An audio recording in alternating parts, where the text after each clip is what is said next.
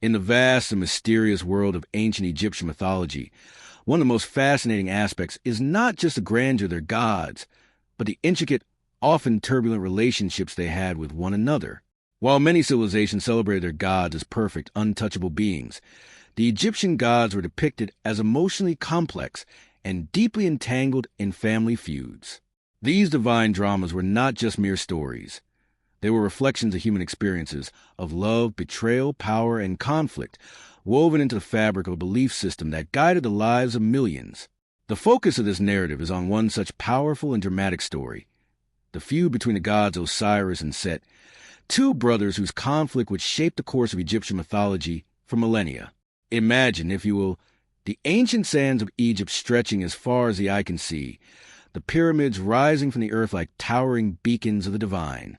But behind these monumental symbols of Egypt's eternal power, there lay a deeper, darker undercurrent, a tale of jealousy, deception, and the fight for supremacy among the gods. At the heart of this story are two brothers, Osiris and Set, who represent opposites in almost every way imaginable. Osiris, the younger of the two, is portrayed as a benevolent and just ruler, a god who seeks to bring order to the world and whose influence is deeply connected with the cycles of life and death. Set, on the other hand, is often seen as an embodiment of chaos, violence, and disorder, a god who would do anything to seize control and upend the harmony that Osiris sought to maintain. The clash between these two deities is not merely a tale of good versus evil, but a story deeply rooted in the very nature of their existence. Osiris, as a god of life, harvest, and resurrection, embodies fertility and the natural order. He is revered not just as a deity, but as a symbol of prosperity and life itself. His reign is marked by peace and stability, and the people of Egypt honor him as their benefactor. They believe that Osiris, as the god of the Nile and agriculture, ensures the floods that bring life to the land, the crops that nourish the people, and the bounty that sustains their way of life. He is, in essence, the heart of Egypt's flourishing civilization, a divine protector and father figure to the entire nation. Set, however, is a stark contrast to his brother. As a god of deserts, storms, and disorder, he represents the harsh, untamed forces of nature. His very being is a symbol of destruction, conflict, and change. While Osiris' rule is associated with the giving and nurturing aspect of life, Set thrives in a world of destruction, where chaos reigns. His chaotic nature is not limited to the natural world. It spills over into his personal life, particularly in his relationship with his brother. Set's jealousy towards Osiris stems not only from a desire for power, but also from a deep-seated resentment of Osiris's popularity and the people's love for him. In Set's eyes, Osiris represents everything he cannot have: peace, harmony, and a love that is unconditional and unchallenged. This sibling rivalry is the root of the tragic story that will unfold. It begins subtly with Set's jealousy brewing in the shadows, but it quickly escalates into an open conflict that will have far-reaching consequences. To understand the depth of Set's envy, one must look at the symbolism of their respective roles. Osiris, as the god of life, symbolizes the fertile and abundant parts of Egypt, its river, its crops, its people. Set, as the god of chaos, embodies the barren desert, the destructive storms, the forces that tear down rather than build up. The contrast between them is as stark as night and day, with Osiris representing the nurturing aspect of the world, while Set represents its destruction. In many ways, Set sees himself as being cast aside, forever in the shadow of his more benevolent brother. As Osiris grows in power and becomes more beloved by the people, Set's jealousy intensifies. To him, Osiris's reign is a mockery of his own potential. He cannot understand why his brother, who represents everything Set loathes, order, stability, and peace, should be the one to be adored by the masses. In Set's mind, his very nature, the chaos he brings, the storms he unleashes, is an essential part of life. He is, in his eyes, just as important as Osiris, yet his role is often misunderstood, feared, or even despised. This misunderstanding breeds resentment, and resentment breeds action. Set's jealousy morphs into a plan, a plot that will forever alter the course of Egyptian mythology and the lives of the gods themselves. But before we dive into the treacherous actions that Set will soon take, it's important to consider the role of the other gods and the people of Egypt in this conflict. While Osiris is a god of great importance, there are others who play pivotal roles in the mythology of Egypt.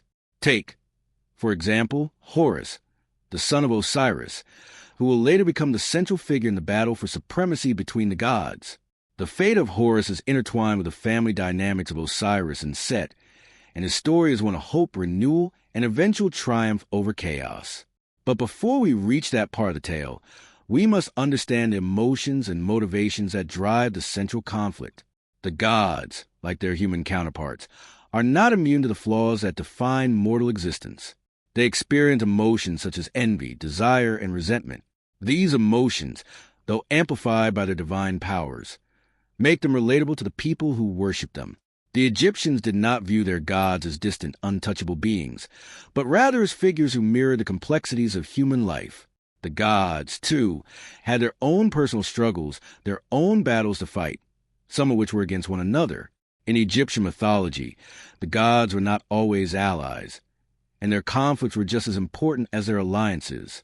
The tale of Osiris and Set in particular is a reminder that even in the divine realm, there can be no perfect harmony. The family feuds between the gods reveal the underlying truth that no being, no matter how powerful, is free from internal strife.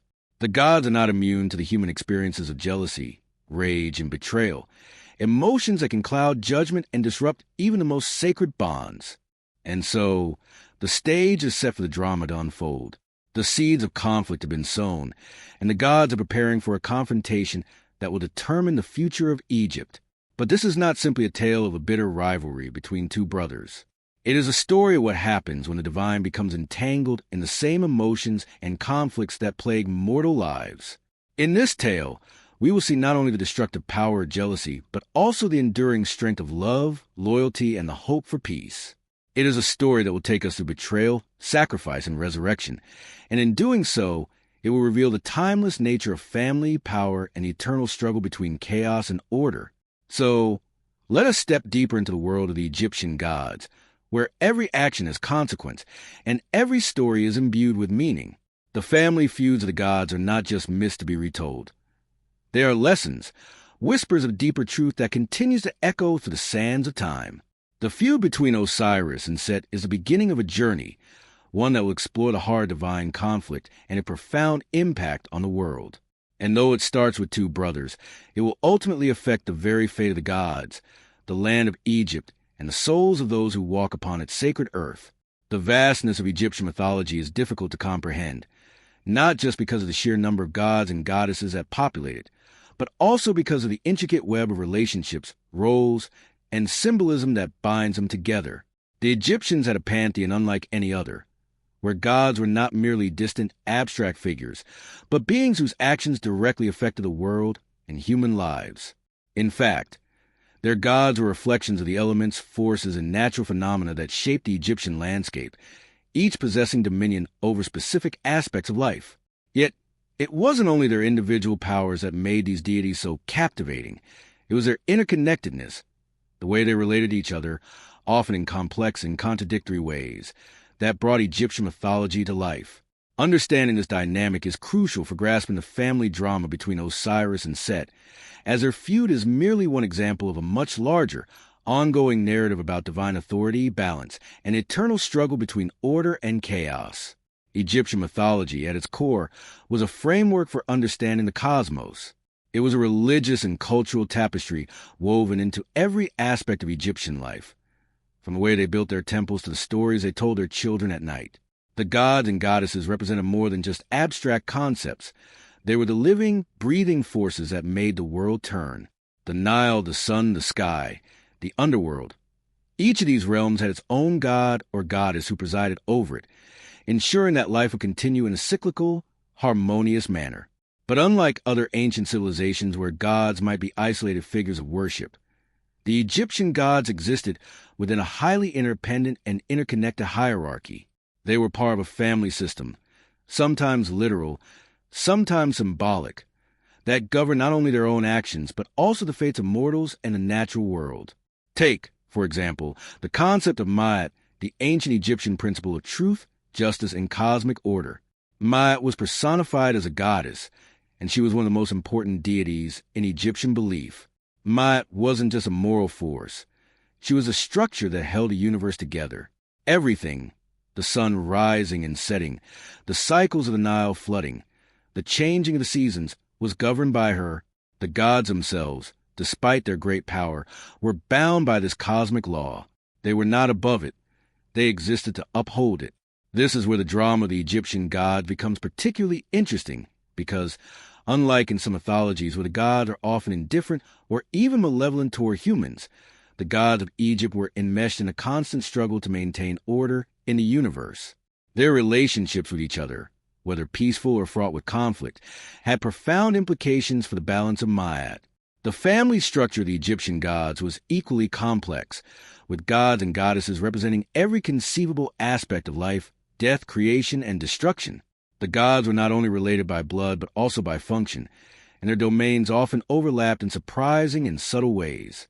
At the center of this family was Ra, the sun god, who was considered the king of all gods.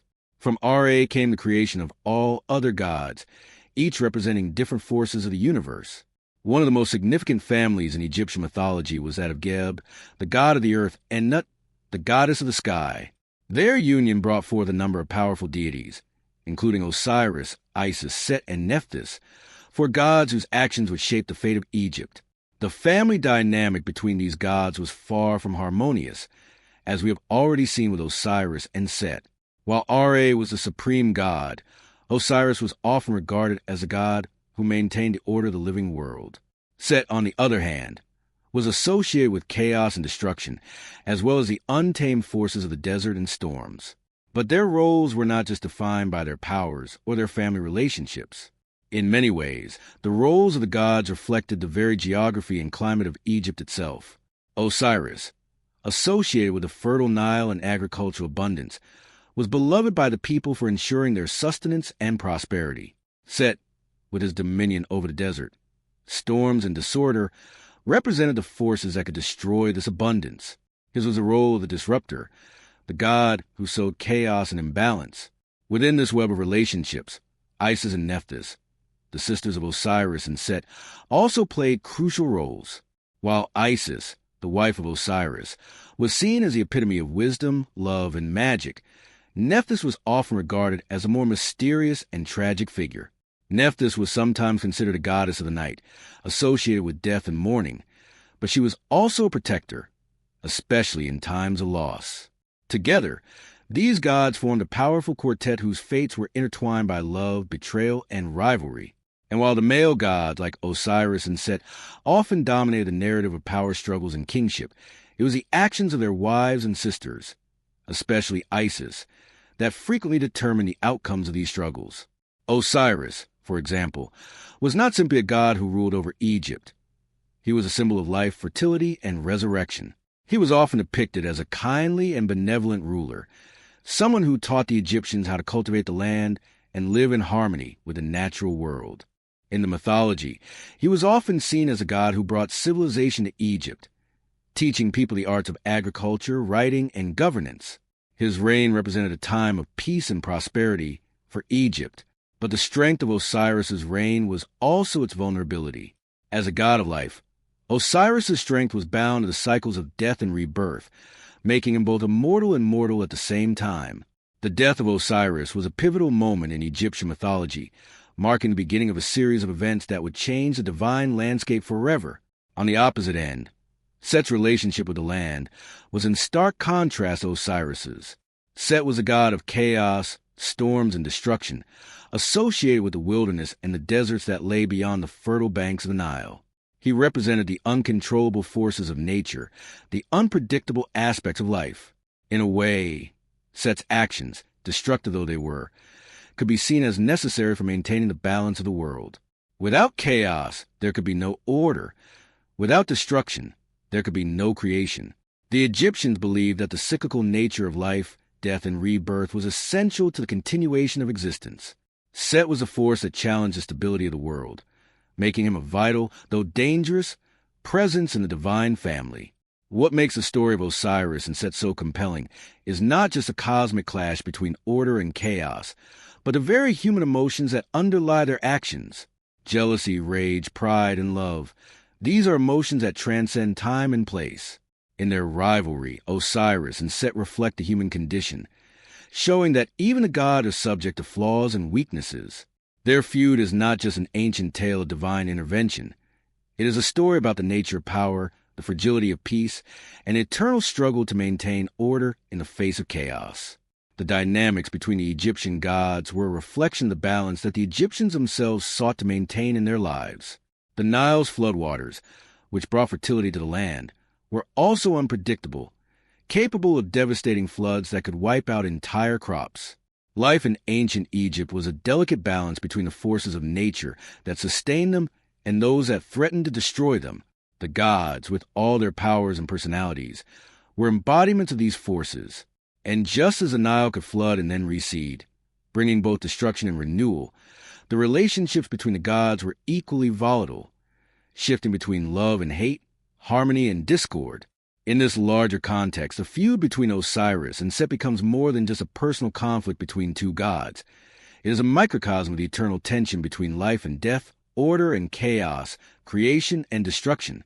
Understanding the full scope of Egyptian mythology requires seeing the gods not as isolated figures, but as interconnected beings whose actions reverberate through the cosmos.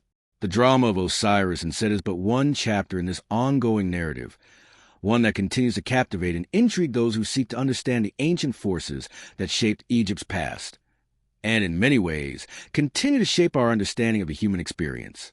In the realm of Egyptian mythology, few stories are as compelling, tragic, and emotionally charged as the rivalry between Osiris and Set. The roots of their bitter conflict can be traced back to their very natures. Two brothers, born from the same divine parents, yet divided by their contrasting personalities, their powers, and their desires. In the early days of their existence, the two gods were not locked in an eternal feud. In fact, Osiris, the younger of the two, was initially seen as a wise and benevolent figure, a god whose reign would bring peace, prosperity, and balance to the land of Egypt. Set, on the other hand, was often regarded as a god of chaos, discord, and destruction, his very essence tied to the more untamed and wild aspect of the world. But as time passed, the differences between these two gods would deepen, and what began as a rivalry would ultimately evolve into a devastating betrayal that would reverberate throughout the heavens and the earth. Osiris, in the early days, was everything Set was not. Where Set was harsh and unpredictable, Osiris was calm and just. He was known for his wisdom, his fairness, and his connection to the natural world, particularly the fertile Nile River. Osiris was the god of agriculture, of the harvest, and of life itself. His name was synonymous with fertility and abundance, and under his rule, Egypt flourished.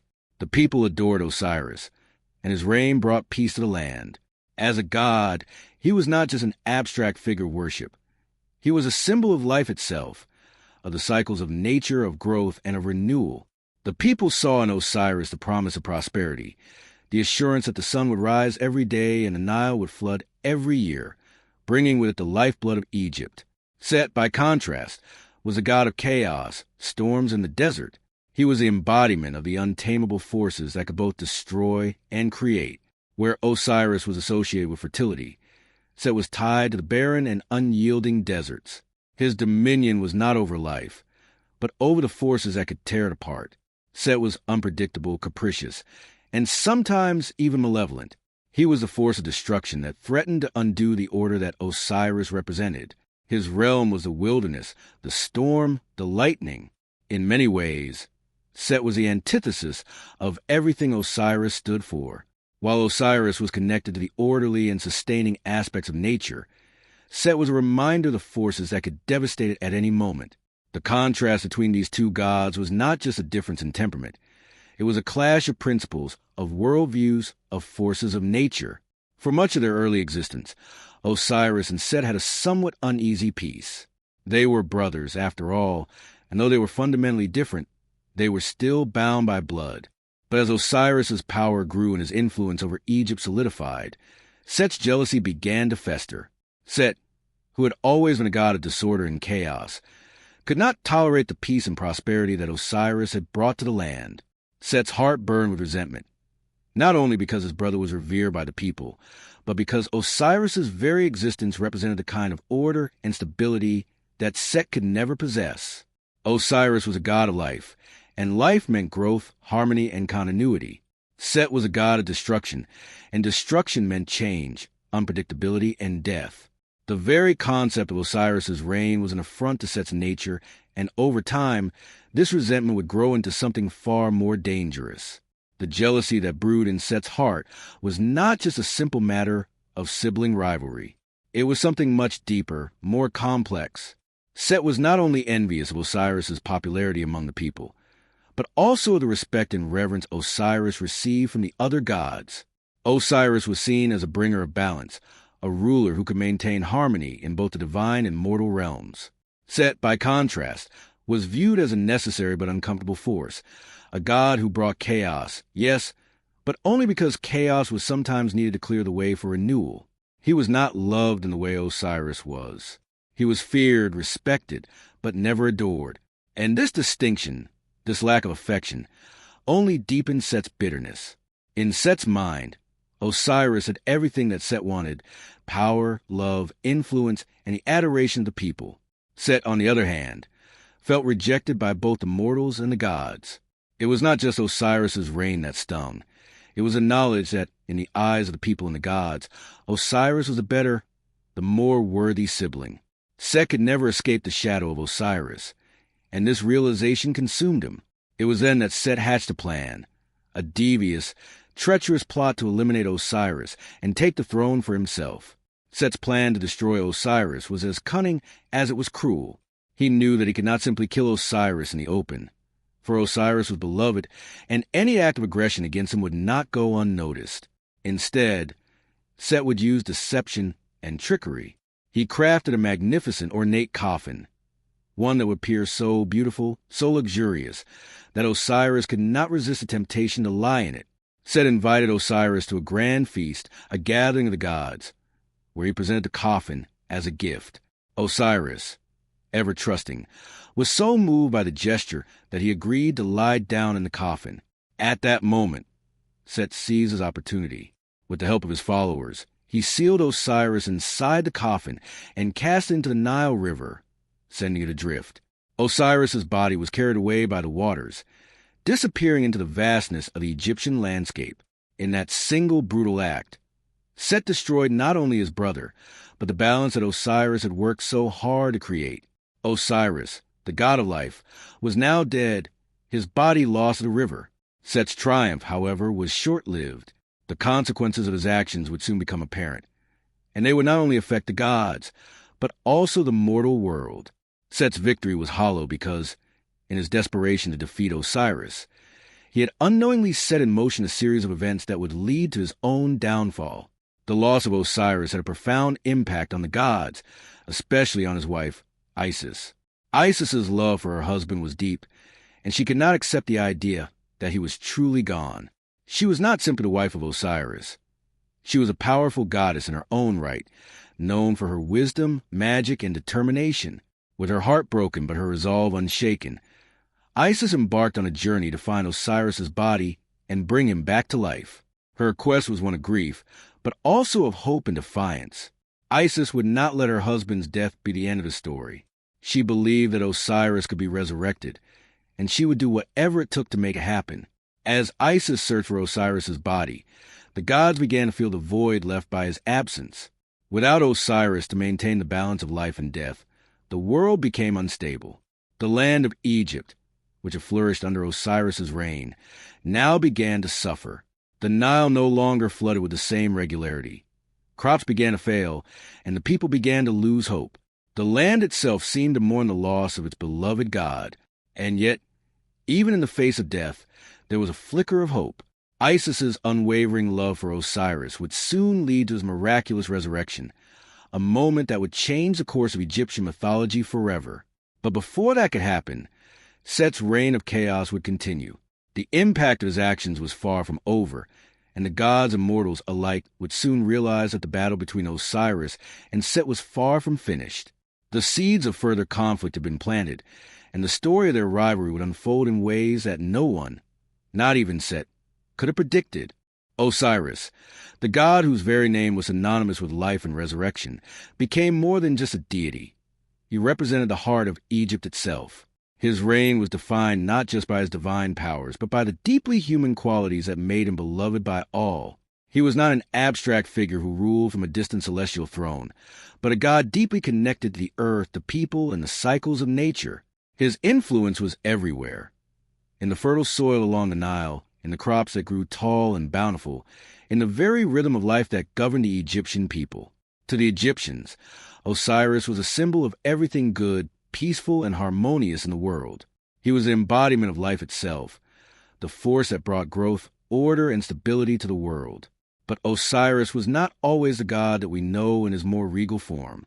Before he became the god of the afterlife, he was a ruler in the mortal world, a king who sought not only to rule, but to teach the people of Egypt the ways of civilization.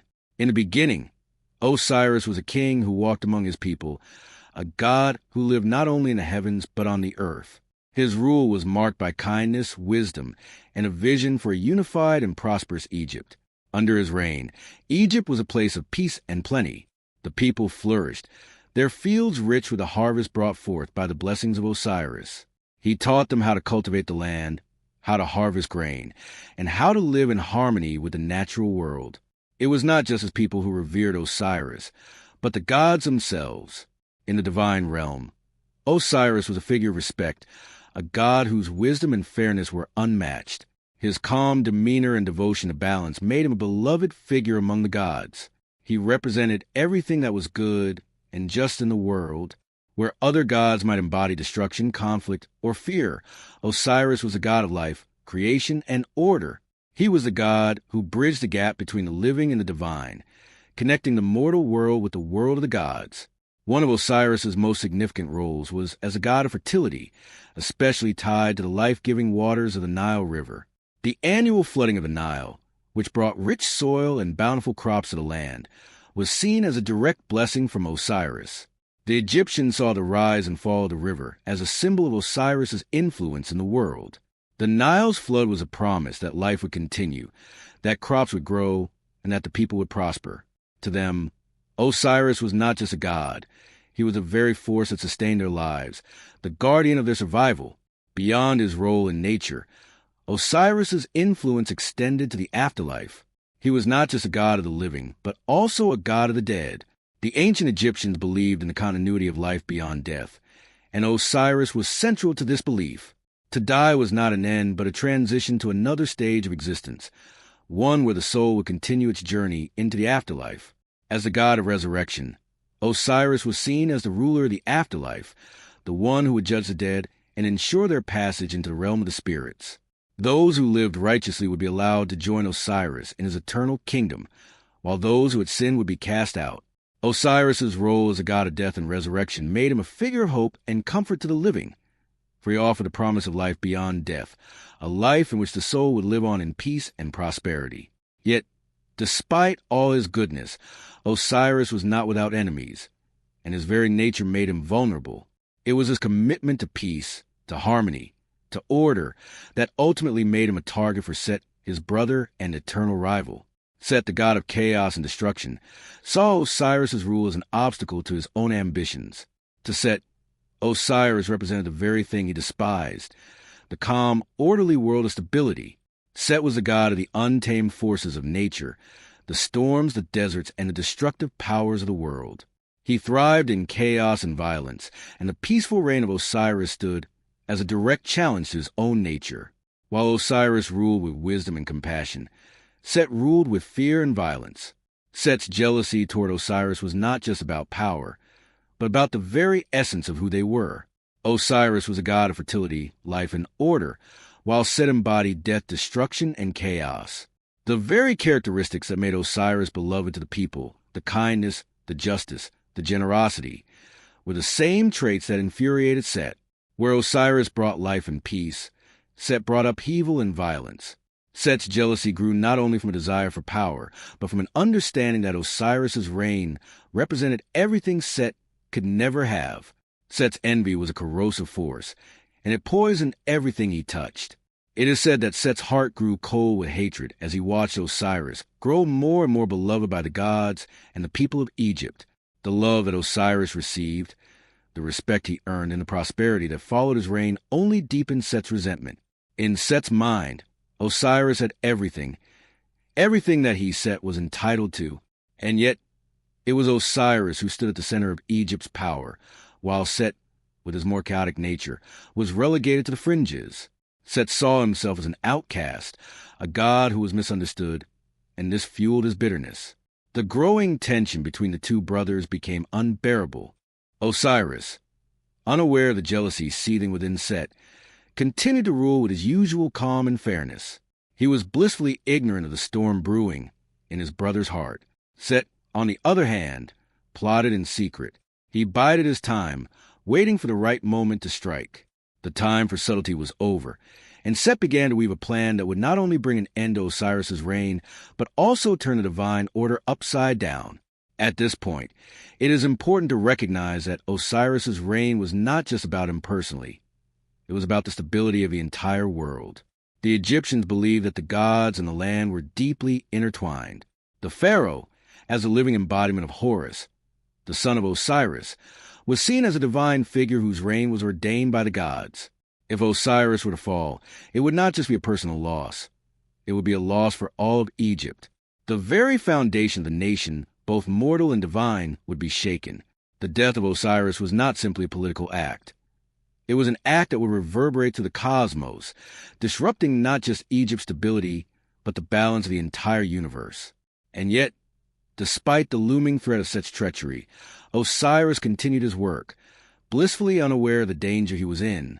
His role as a teacher, a ruler, and a god who provided for his people left him blind to the envious eyes watching from the shadows.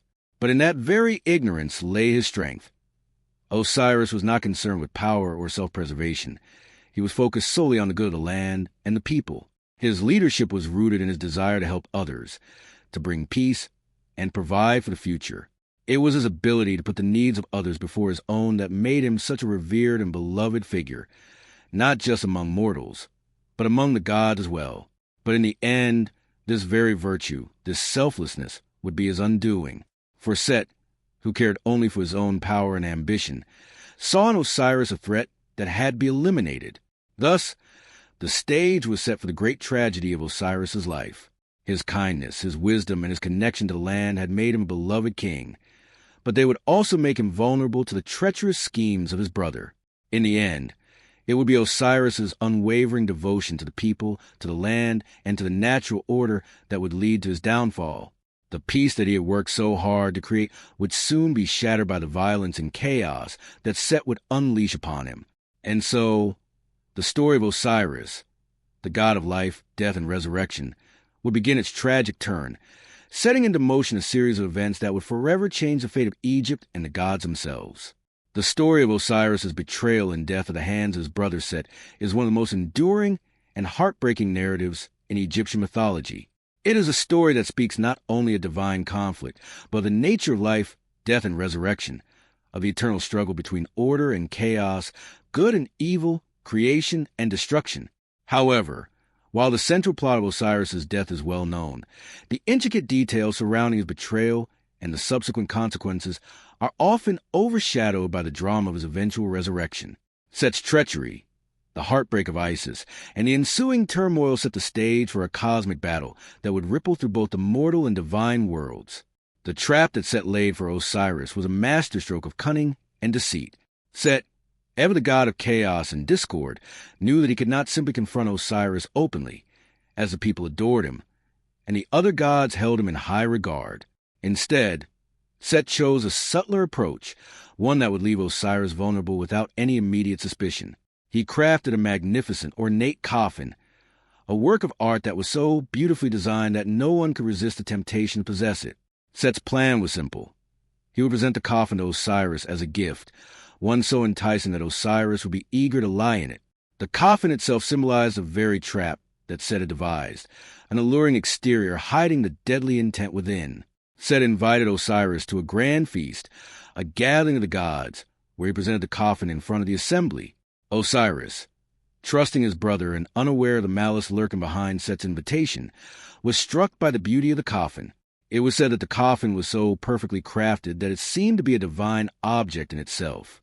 The gods, witnessing Osiris's admiration for the coffin, must have felt a twinge of unease. But none could have foreseen what would happen next.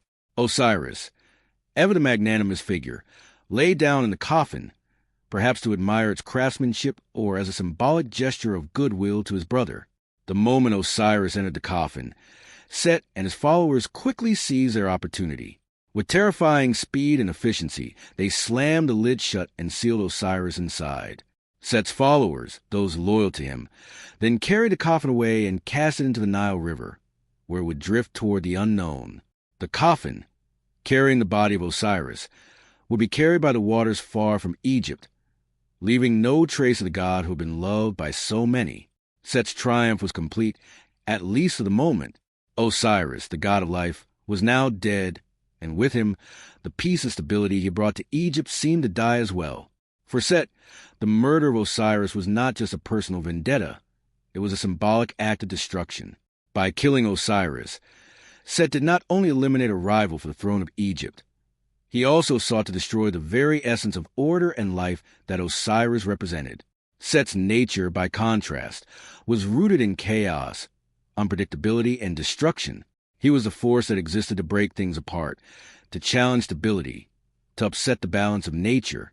In killing Osiris, Set had taken the first step in creating a world that reflected his own chaotic tendencies. But what Set did not foresee was that in his quest for dominance, he had unknowingly set into motion a series of events that would ultimately lead to his own downfall. While Set's actions were swift and cruel, the consequences were not immediate. At first, the people of Egypt did not understand the tragedy that had occurred. They saw the Nile flooding, the crops failing, the stability of their lives slowly begin to unravel, but they did not immediately connect this to the death of their beloved god. However, the gods were not blind to the devastation that had been wrought. Osiris's wife, Isis, the goddess of magic, wisdom, and protection, was the first to understand the magnitude of what had happened. The grief that Isis felt upon learning of her husband's death was profound. Osiris had not just been her husband. He was her partner, her equal, the one with whom she had shared her life and her purpose. She could not and would not accept his death. Isis's love for Osiris was legendary in Egyptian mythology, and it was this love that drove her to embark on a perilous journey to recover his body. Isis was no ordinary goddess. She was known for her wisdom, her magical prowess, and her ability to perform feats that no other god or goddess could. It was said that Isis had the power to heal the sick, to protect those in danger, and to use magic to accomplish the impossible. But even with all her power, the grief she felt for her husband was overwhelming. She could not bring herself to believe that Osiris was truly gone. As she began her search for his body, Isis was not just seeking to recover her husband. She was also seeking to restore balance to the world. Osiris's death had upset the cosmic order, and the land of Egypt, the gods themselves, and the very fabric of existence seemed to be unraveling in his absence. As Isis searched for Osiris's body, her pain was compounded by the presence of her sister, Nephthys, who was also grieving. Nephthys, the goddess of mourning in the night, had been Osiris's other half in many ways. Together with Isis, she had shared in the sorrow of Osiris's death and the loss of the peace that he had provided. But while Nephthys shared in the mourning, it was Isis who became the symbol of hope. The goddess's search for Osiris was not just an act of mourning. It was an act of defiance, an assertion that death could not be the final word. Isis believed in the possibility of resurrection. It was this belief that drove her to continue her search, no matter the cost. Isis's journey was long and arduous, filled with obstacles and challenges. Yet, it was through her unshakable love and determination that she eventually discovered Osiris's body, hidden in a secret place by the river. The discovery of Osiris's body marked the turning point in the narrative. Isis, through her magical powers, was able to bring Osiris's body back to Egypt. But her task was not yet complete. Though she had retrieved Osiris's body, she still needed to bring him back to life. To do so, she would need the help of her sister Nephthys, as well as the assistance of Anubis, the god of embalming and the afterlife. Together, They performed the sacred rites of mummification on Osiris's body, preparing him for resurrection.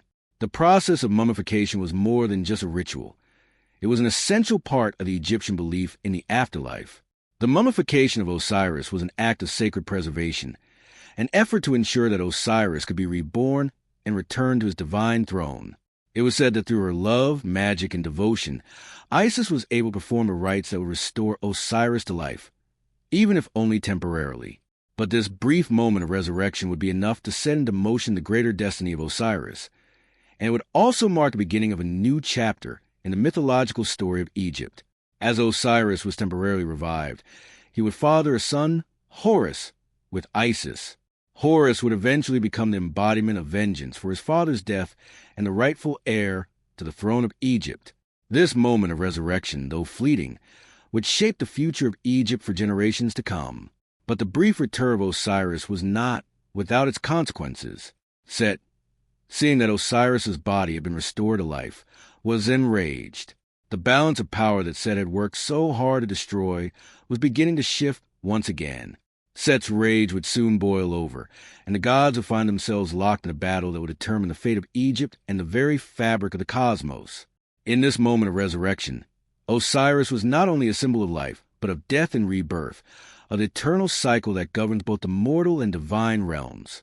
His temporary return was a reminder that death is not an end, but transition. And for Osiris, it was a transition that would eventually lead him to become the god of the afterlife, a ruler of souls and protector of those who had passed on. The story of his death and resurrection would echo through Egyptian culture, a powerful reminder of the cyclical nature of life, the inevitability of death, and the hope of renewal. The death of Osiris and the quest to resurrect him was not just a personal tragedy for Isis or a divine rivalry between two brothers. It was a cosmic event that had far-reaching implications for the world of the gods and the people of Egypt. It was a story about loss and recovery, about the inevitable forces of chaos and destruction, and the enduring hope for renewal. The tale of Osiris's death and resurrection would forever remain one of the most poignant and powerful narratives in Egyptian mythology, a story that continues to resonate with themes of love, vengeance, and eternal struggle between order and chaos. In the wake of Osiris's death, the aftermath was felt not only by the gods, but also throughout the land of Egypt. The tragic loss of the god of life left a void, and the very fabric of existence seemed to be shaking.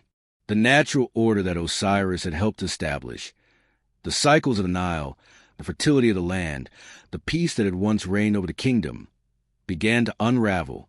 The fertile soil that once thrived with crops began to wither, and the once abundant Nile seemed to recede, signaling a disturbance in the natural world.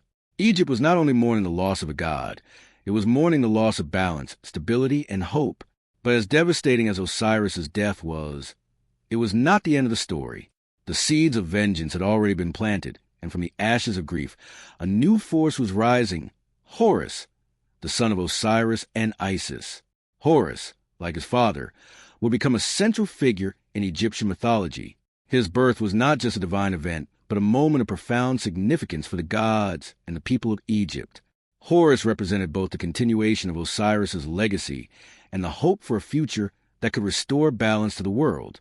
He was the embodiment of divine justice, the rightful heir to the throne of Egypt, and the one who would eventually avenge his father's murder. But Horus's story was not an easy one.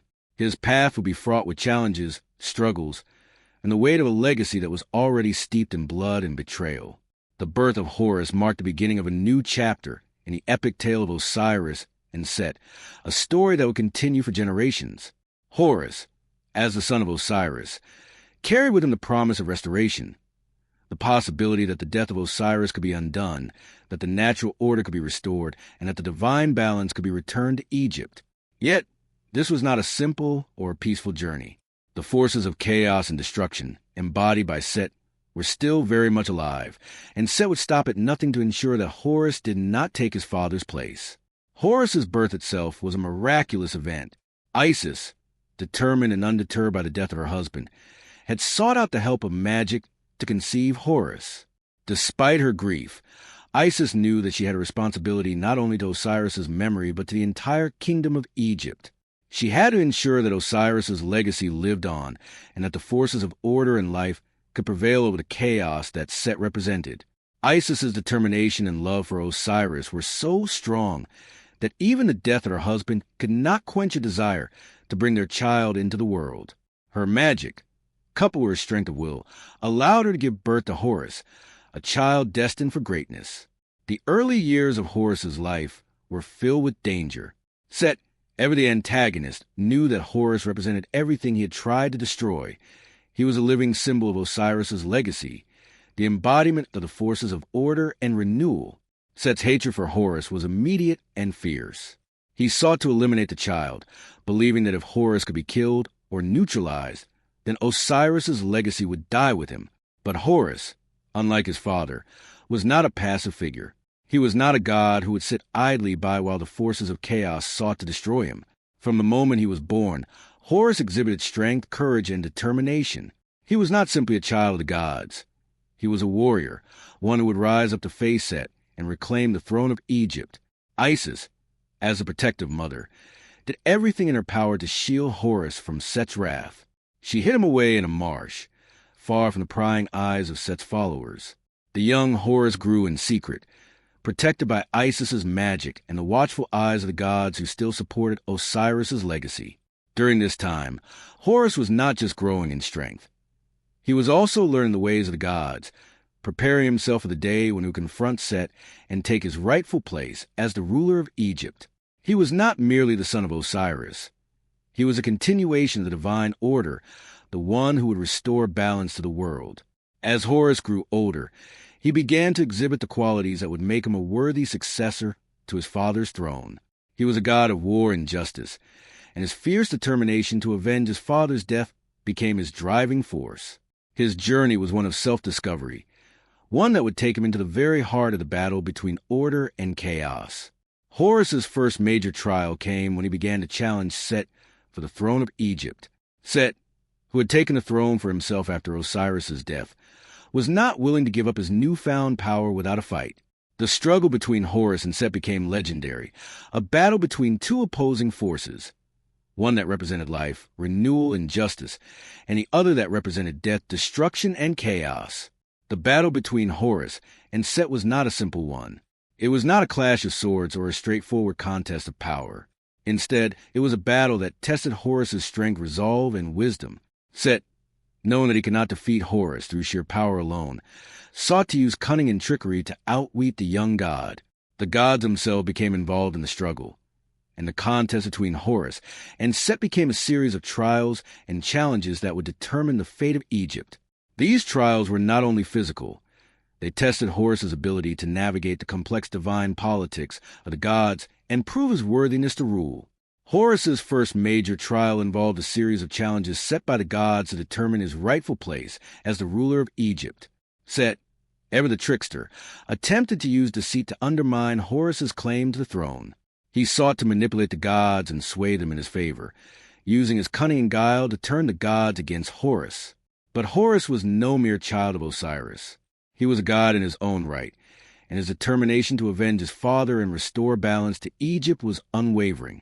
With the help of his mother, Isis, and his own growing wisdom, Horus was able to overcome Set's deceptions and prove himself as a worthy successor to Osiris. The battles between Horus and Set continued for years, each conflict more intense than the last. But through each trial, Horus grew stronger, more determined, and more resolute in his belief that he was the rightful ruler of Egypt. The gods watched as the battle between Horus and Set played out, each god and goddess aligning themselves with one side or the other. Some sided with Horus, believing that the son of Osiris was the true king of Egypt. Others sided with Set, believing that chaos and destruction were necessary for continuation of a world. The struggle between these two forces was not just a battle for the throne. It was a battle for the very soul of Egypt. The conflict between Horus and Set reached its climax in a final, decisive battle that would determine the fate of Egypt. In this ultimate trial, Horus and Set fought not only for the throne, but for the future of the world itself. It was a battle that pitted life against death, order against chaos, and justice against tyranny. And in the end, it was Horus who emerged victorious. With his triumph over Set, Horus restored the balance that had been disrupted by his father's death. Osiris's legacy was not only preserved, it was elevated. Horus, the rightful ruler, ascended to the throne of Egypt, bringing with him the promise of a new era of peace and prosperity. But Horus's victory was not just a personal triumph. It was a victory for all of Egypt, for all the gods who had supported him, and for the people who had longed for the return of stability and balance. The battle between Horus and Set was not just a divine struggle. It was a reflection of the eternal battle between the forces of life and death, of order and chaos, that governed not just the gods, but the world itself. Horus's victory over Set marked the beginning of a new era for Egypt, a time of peace, a time of prosperity, and a time when the gods would once again walk among the people, ensuring that the cycles of life, death, and rebirth continued as they always had. The story of Horus's struggle against Set is a story of perseverance, justice, and the triumph of life over death. It is a story that echoes through the ages, reminding us that even in the darkest moments, there's always hope for renewal, for resurrection, and for the restoration of balance. Horus, the son of Osiris, became the embodiment of all that was good in the world, the force that would guide Egypt to the storms of chaos and destruction. And in doing so, he fulfilled the promise that his father had made, to bring order and prosperity to the land, ensuring that the cycle of life would continue unbroken for generations to come. The battle between Horus and Set was not just a physical confrontation, but conflict that would reverberate to the very fabric of Egyptian mythology. Set, who had killed Osiris and usurped his throne, believed in the necessity of chaos, destruction, and change to maintain balance in the universe. His kingdom, built on fear and instability, was the antithesis of the peace and order Osiris had once brought to Egypt. Horus, born from the divine union of Osiris and Isis, was the embodiment of everything that Osiris had stood for: life, renewal, justice, and restoration. The destiny of Egypt and the balance of the world itself rested on the outcome of this epic struggle. Horus, though young, had been prepared for this moment from his earliest days. His very existence was a promise. Osiris's legacy was carried in his blood, and he had inherited his father's strength, wisdom, and sense of justice. Isis, his mother, had done everything in her power to protect him from Set's wrath, hiding him away from the destructive forces that sought to snuff out his life even before he had a chance to grow into his role. But now, Horus had reached a point where he could no longer be hidden in the shadows of his mother's protection. He had to step into the light, to face the man who had murdered his father and stolen his rightful place on the throne of Egypt. Horus had to prove himself worthy, not only as the son of Osiris, but as a god of renewal and divine justice that Egypt desperately needed. The first trial Horus faced in his quest for vengeance was not just a single battle, but a series of challenges, each more dangerous and treacherous than the last. Set, knowing that he could not defeat Horus by sheer force alone, resorted to his usual tactics of cunning and trickery. The gods, who had watched Osiris's death and the subsequent turmoil unfold, knew that Horus was their last hope to restore balance to the world. Yet, they were also aware of Set's power, his deceit, and his willingness to bend the rules of divine law to suit his own purposes. The conflict would not be decided by brawn alone, but by wisdom, integrity, and the strength of heart. Set, ever the manipulator, decided that the only way to defeat Horus was through the very tools that had once served him so well in his campaign against Osiris: deception and deceit. He proposed a series of contests to the gods, hoping that these trials would discredit Horus and force the gods to acknowledge his own superior claim to the throne. The gods themselves were deeply divided. Some supported Horus, recognizing him as a legitimate ruler, the one who could bring order to Egypt. Others, however, were swayed by Set's charisma and his forceful arguments that the world needed his chaos to remain balanced. The first major trial between Horus and Set was a test of strength. Set, knowing that he could not defeat Horus in a fair battle, used all his powers to create a challenge that would force Horus to prove his worth. The contest was a series of physical challenges that required not just strength, but the ability to think on one's feet, to adapt to rapidly changing conditions, and to overcome seemingly insurmountable obstacles. The gods watched in anticipation, knowing that this trial would determine whether Horus had the strength to overcome Set's tyranny. Horus, though younger, was no less capable than his father had been. He fought fiercely, using not only his strength but also his strategic mind. He proved himself to be a warrior, a god of battle and justice, who could face Set's chaos with disciplined and focused mind. Yet, Set, always one step ahead, used every dirty trick in the book to try and throw Horus off balance. He manipulated the environment, summoned storms, and conjured illusions to confuse and distract Horus. But despite Set's underhanded tactics, Horus prevailed. He had proven that, while Set's strength came from his ability to create chaos and disorder, Horus's strength came from his capacity to restore balance and to keep his mind clear in the face of adversity. But the first trial was just the beginning. The contest was far from over, and Set's desperation only grew. He sought to challenge Horus in other ways, testing not just his strength but his character, his integrity, and his ability to navigate the political and divine landscape. Set sought to undermine Horus not only through physical trials but through accusations of dishonor, questioning whether Horus was truly worthy of his father's legacy. One of the most famous trials between Horus and Set involved the gods themselves. The gods had to decide which of the two gods was the rightful ruler of Egypt. The battle between them was not just one of might, but of moral character. Set, knowing that he could not win on his own merits, began a campaign of slander. He accused Horus of being unworthy, of being too young, too inexperienced, and too naive to rule Egypt. He appealed to the gods, playing on their doubts and fears, convincing them that chaos was necessary for the world to thrive. The gods, divided as they were torn between their allegiance to Horus's rightful claim to the throne and Set's manipulation of the divine law. Set's ability to deceive, to twist the truth, and to play on the emotions of the gods made the battle between him and Horus as much a battle of wits as a physical might. But despite the challenge, Horus remained steadfast. His mother, Isis, played a crucial role in helping him navigate these divine political machinations. Through her wisdom and guidance, she helped Horus to see beyond Set's lies and to remain focused on his true purpose, to avenge his father and restore balance to the world. Isis's love and support were the cornerstone of Horus's strength. She reminded him that the gods did not just want a ruler. They wanted one who would bring justice, who would restore the order that had been lost with Osiris's death. Horus, driven by his love for his father and his people, proved that his claim was not based on ambition, but on a deep-seated need to fulfill his father's mission, to restore the world to balance and to ensure that life, renewal, and justice would once again reign in Egypt.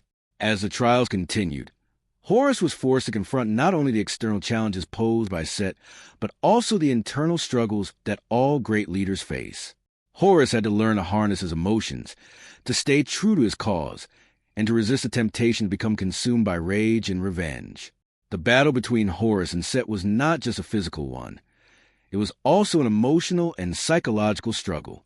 Set, knowing that Horus was vulnerable to the same passions and flaws that had led his father to his downfall, sought to manipulate Horus's emotions. He tried to provoke Horus into making mistakes, into acting out of anger or desperation. But Horus, like Osiris before him, knew that his victory would not come through blind rage or violence, but through his ability to stay true to his purpose and his vision. The climax of the struggle came when the gods convened once more to decide the final victor. Horus and Set, having both faced trials that tested every aspect of their being, stood before the gods to make their final appeal. Set, ever the master of manipulation, tried one last time to sway the gods to his side, convincing them that his reign of chaos was the only way to maintain balance in the world. Horus, however, was resolute in his vision. He argued that the true balance of the world was not found in chaos, but in order and justice and in the renewal of life. The gods, seeing the clarity and conviction in Horus's words, finally chose him as the rightful ruler of Egypt. Horus's victory was not just a personal triumph. It was a victory for all of Egypt. It was a restoration of order, of justice, and of hope. With Horus on the throne, the divine balance was restored, and Egypt entered a new era of prosperity. Set, defeated but not destroyed, retreated into the wilderness, where his presence would continue to be felt, but where he would no longer hold the power he once had. Horus, now the ruler of Egypt, had proven himself not only as a son avenging his father, but as a god worthy of the throne. He had restored Egypt to its rightful order and had ensured that the forces of chaos would no longer have the upper hand. Yet, despite Horus's victory, the conflict between order and chaos, between life and destruction, would never truly end. The gods and the people of Egypt would continue to live in the balance that Horus had restored, but the struggle between these forces would persist, as it always had. Horus's triumph, though final in many ways, was only a moment in the eternal cycle of life, death, and rebirth that defined the world. The battle between Horus and Set was a reflection of a universal struggle between opposing forces that were necessary for the very existence of the world itself. Horus's victory, however, ensured that for a time justice, peace, and balance would reign supreme. The divine struggle between Horus and Set was more than just a battle for the throne of Egypt. It was a battle that symbolized the eternal conflict between order and chaos, life and death, good and evil. Horus, the son of Osiris, was destined to restore balance to the world after his father's untimely death. Set, on the other hand, thrived on destruction, disorder, and the disruption of harmony. The gods, in their wisdom, knew that the conflict between Horus and Set would not only shape the future of Egypt, but also determine the fate of the universe itself. This cosmic clash would have lasting consequences, far beyond the immediate struggle for power. When Horus first set foot on the path to reclaim his father's throne, he did not simply represent a son avenging his father's death. He embodied the very essence of renewal, the promise of life after death, and the restoration of balance that Osiris had symbolized during his reign. His battle was not only for himself or for Egypt, but for the entire cosmic order. In contrast, Set represented the chaos and destruction that were essential for the continual cycle of life. Without destruction, there could be no rebirth. Without chaos, there could be no order. But Set's vision of chaos was different from the natural chaos that made way for new life. His was a destructive force that sought to uproot everything, to subjugate the world under fear and violence. This imbalance threatened not only the gods and humans, but the very laws of nature themselves. The gods, observing the struggle, realized that this battle was not a mere political contest. It was a fundamental clash of ideologies. Osiris had been the god of life, fertility, and resurrection, bringing prosperity to Egypt through his rule. Horus, his rightful heir, had inherited his father's virtues, justice, renewal, and the promise of a peaceful and orderly rule. Horus's claim to the throne was not simply about reclaiming Egypt's physical land, but about ensuring that the divine was fulfilled, that life would continue, that the Nile would flood, and that the crops would grow. The gods who sided with Horus saw in him the embodiment of divine law and the natural order. They recognized that without Horus's victory, the world would be plunged into darkness, and the cosmic cycle would falter. Set, however, represented the opposite end of the spectrum. He was not merely a usurper. He was a force of nature, a force that existed to challenge the established order. His role in the cosmic balance was essential, but his vision was warped. He did not seek to maintain balance, but to assert his dominance over it. Set's reign, if left unchecked, would have plunged Egypt and the heavens into a world of perpetual unrest. His presence symbolized the storm, the desert, and the forces of destruction. He was chaos personified, but the chaos that led to creation, not the chaos that led to destruction for its own sake. The gods who aligned themselves with Set saw chaos as necessary for the continuity of life. They believed that without change, there could be no growth, no progress. They viewed Set's violent nature as a necessary force in the eternal cycle of life and death. They saw the world as a place in constant flux, where destruction was just as vital as creation. But this view, although not without merit, could not account for the peace and order that Osiris had brought to Egypt. Set's version of chaos lacked the transformative power that would restore the world after destruction. Instead, Set's chaos was about domination, the subjugation of life to the whims of destruction. The cosmic struggle between Horus and Set was a reflection of the broader theme of balance that underpinned Egyptian mythology. In the Egyptian worldview, the forces of order, Ma'at, and chaos, Isfet, were in constant tension. Ma'at, the goddess of truth, justice, and cosmic order, represented the divine law that governed the universe. She was the embodiment of harmony, balance, and the natural order. Her opposite, Isfet, represented chaos, disorder, and lies, everything that disrupted the stability of the cosmos. The gods, who personified these forces, were tasked with maintaining the balance between them. If the scales tipped too far in favor of chaos, the universe would fall into disarray. If order prevailed without challenge, stagnation would follow. The gods, therefore, existed in a delicate balance themselves, embodying both order and chaos in varying degrees. Horus, the son of Osiris, was a god who sought to embody Ma'at, to restore the balance that had been disturbed by Set's actions. He was a defender of truth, justice, and the natural order. His fight was not just for vengeance, but for the restoration of harmony.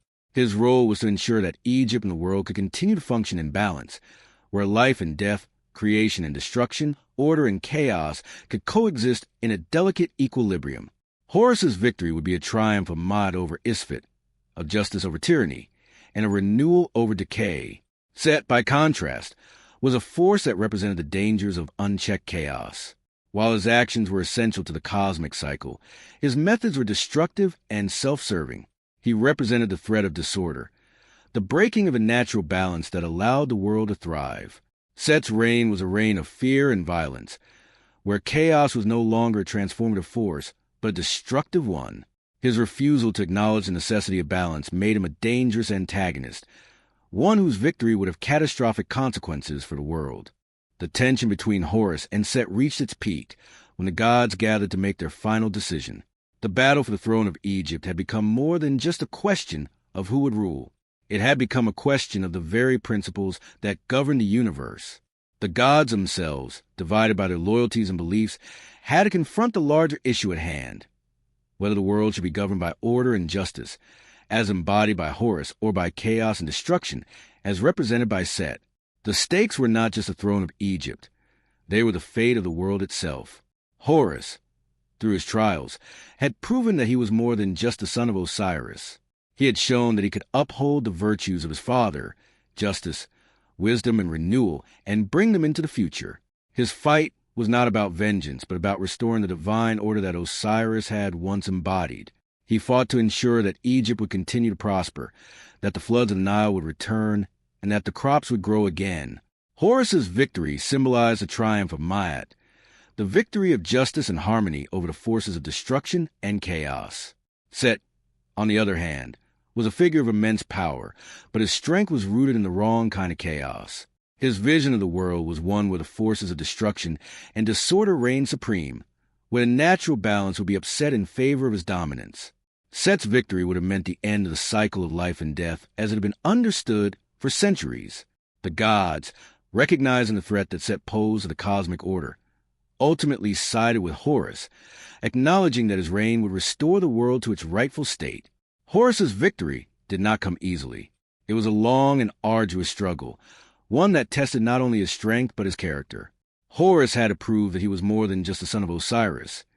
He had to show that he could carry the weight of his father's legacy and fulfill the promise of renewal that Osiris had embodied. His victory over Set was not just a personal triumph, but a triumph for the gods, for the people of Egypt, and for the natural order itself.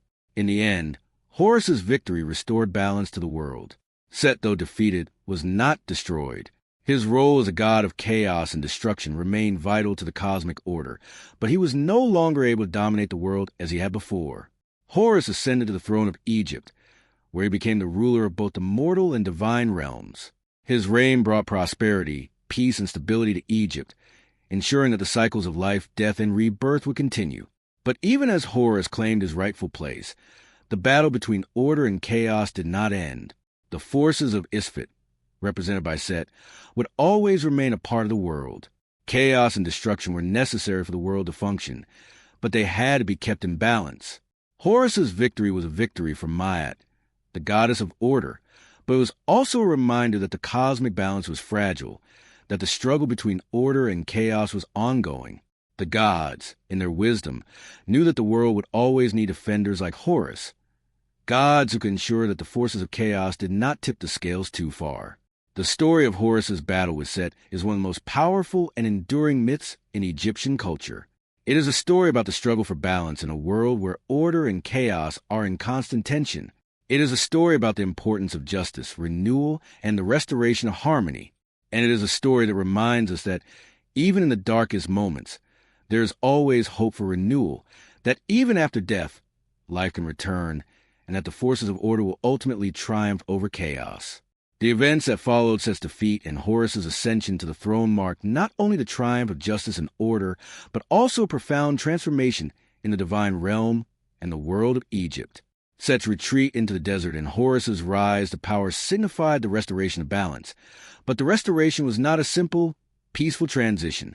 The divine conflict had not only disrupted the natural order, but it altered the very essence of the gods and their relationship with the people of Egypt. Set's influence lingered, and even with Horus's victory, the cycle of life, death, and renewal was far from guaranteed. The gods, having endured so much chaos, had to reestablish their roles, not just in relation to one another, but in their relationship with the earth and the heavens. For Horus, becoming the ruler of Egypt was not the end of his struggles. It marked the beginning of a reign that would require him to balance his divine duties with the lessons he had learned from his father's life and death. While his father Osiris had been a god of peace, fertility, and agriculture, Horus represented the qualities of war, justice, and restoration. His reign would need to be a mixture of all these attributes, an embodiment of both creation and destruction, the delicate harmony between the forces of life and the forces of change. The people of Egypt were weary from the tumultuous years of Set's chaotic rule, and they looked to Horus with the promise of prosperity, stability, and the return of Ma'at, the goddess of order. Horus, having spent years preparing for this moment, had proven himself to be more than just the son of Osiris. He was a god in his own right, capable of ruling not only Egypt but also maintaining balance in the cosmos. In the aftermath of Set's retreat, Horus took his place as the rightful ruler of Egypt, both on earth and in the heavens. The world Osiris had once ruled was now under Horus's watchful eye, and the burden of restoring prosperity to the people of Egypt was immense. But Horus's wisdom, cultivated through years of struggle and the trials he had endured, gave him the strength and insight to rise to the challenge. However, Horus's victory was not universally accepted. Even though Set had been defeated, his followers, who had believed in the god of chaos, did not simply disappear. Set had cultivated a powerful network of loyalists who thrived under his reign, and their presence in Egypt still posed a threat to Horus's rule. Set's influence did not end with his retreat. It lingered in the shadows, in the minds of those who still believed that chaos had its place in the world. The power that Set had wielded over Egypt was not easily erased. His followers, still convinced of Set's necessity, continued to resist Horus's reign, challenging his authority at every turn. For Horus, securing his place as Egypt's ruler would not be a simple task of defeating Set. It would involve dismantling the remnants of Set's influence and proving to the gods and the people that the rule of order, justice, and renewal was the only way forward. Horus, despite his divine nature, faced the same challenges as any earthly ruler. The gods, while supporting him, did not make his reign easy. They required assurances that the forces of chaos would not again rise up to disrupt the world. Horus had to maintain peace with the other gods, balancing their competing interests while simultaneously proving his own strength and wisdom as a ruler. But more than that, Horus had to demonstrate that he could fulfill his father's legacy, that the people of Egypt could once again prosper under his rule. The Nile, which had long been a symbol of Osiris's favor, had been diminished under Set's reign. The floods had been weak, the crops had withered, and the land had suffered. Horus's first task as a new ruler was to restore the natural rhythms that had once made Egypt the fertile land it was known to be. This would require not only his divine power, but his understanding of the forces of nature, forces that no single god could control alone. As Horus settled into his new role, his relationship with his mother, Isis, became even more significant. Isis, who had guided him through the trials of his youth and protected him from Set's wrath, continued to be a steady presence in his life. She had been the force that helped him heal after his father's death, and she had also been a crucial advisor during his battle with Set. But as Horus took the throne, Isis's role was no longer just that of a mother or protector. She became his confidant and his partner in ruling the divine and earthly realms. Horus's reign, though one of restoration, was also one of balance. He could not rule through strength alone. He needed wisdom, and he needed the guidance that Isis provided. Her magic, her understanding of the gods, and her deep connection to the forces of life and death were essential to Horus's success. While Horus's ascension brought new hope to Egypt, it also brought new challenges. The conflict with Set had not been simply about the throne of Egypt. It had been a battle for the very soul of the world. The gods knew that Set's defeat was not the end of the struggle. Chaos would always be present in the world, lurking in the shadows, ready to strike again. Horus's reign, therefore, would require constant vigilance. The forces of order, embodied by Horus, had to maintain a delicate balance with the forces of chaos, represented by Set and those who followed him. It was not enough to simply defeat Set. Horus had to ensure that his principles, those of renewal, justice, and order, would survive in a world that was constantly in flux. The world, as the Egyptians knew it, was governed by cycles. Life and death, creation, destruction, peace and war, they were all part of the same eternal cycle. Osiris's death and Horus's victory were part of this ongoing cycle of renewal. Horus's reign, in many ways, mirrored the cycles of the natural world. The floods of the Nile, which brought fertility to the land, were a reflection of the larger cycle of death and rebirth.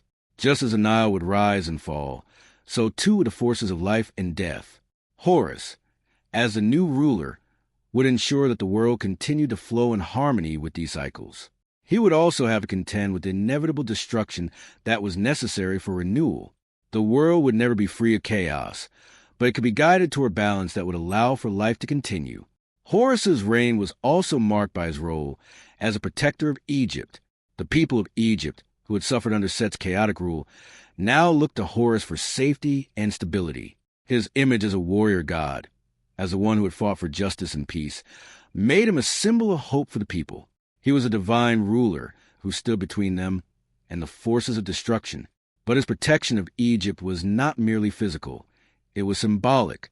As the ruler, Horus was tasked with ensuring that the divine laws of Ma'at were upheld.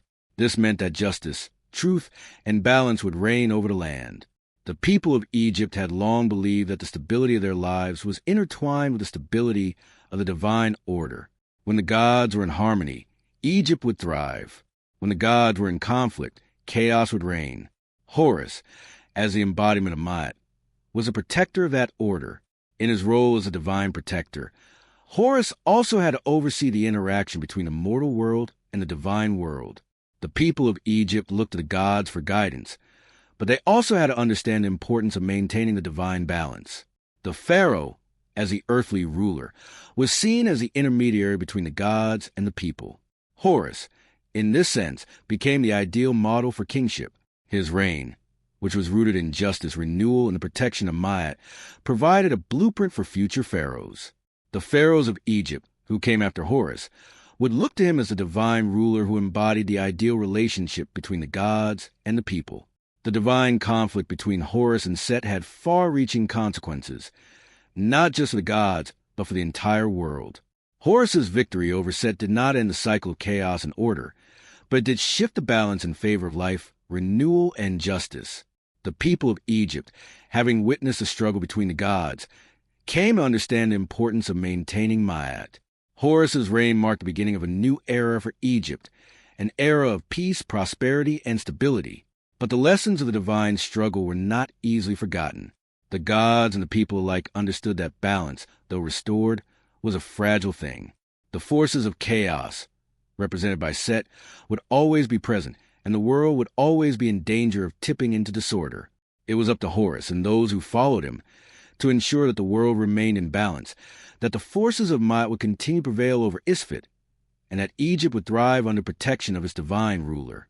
The aftermath of Horus's victory over Set and his subsequent ascension to the throne of Egypt was not merely the culmination of a divine battle for supremacy, but the beginning of a new chapter in the cosmic order that had long been governed by the principles of balance and renewal. As the rightful ruler, Horus faced a monumental task of not only restoring the physical land of Egypt, which had suffered under Set's rule, but also the divine harmony that the gods once upheld. The gods themselves were transformed by the events that unfolded, and their roles had to be redefined within this new age. Horus, though a mighty god in his own right, was also the bearer of Osiris's legacy. His reign would define the future of Egypt, and his decisions would reverberate through eternity, setting a precedent for the kings who will follow. Horus's rule symbolized the restoration of Ma'at, the goddess of truth, justice, and cosmic order. This was a divine law that governed the universe and maintained the balance between chaos and order, life and death. Ma'at, as a concept, was not merely a goddess, but a way of being, a principle that Egyptians believed governed everything from the flow of the Nile to morality of kingship. As a young god who had not only avenged his father's death, but also embodied the renewal of life and order, Horus was now tasked with making sure that Maat's reign endured.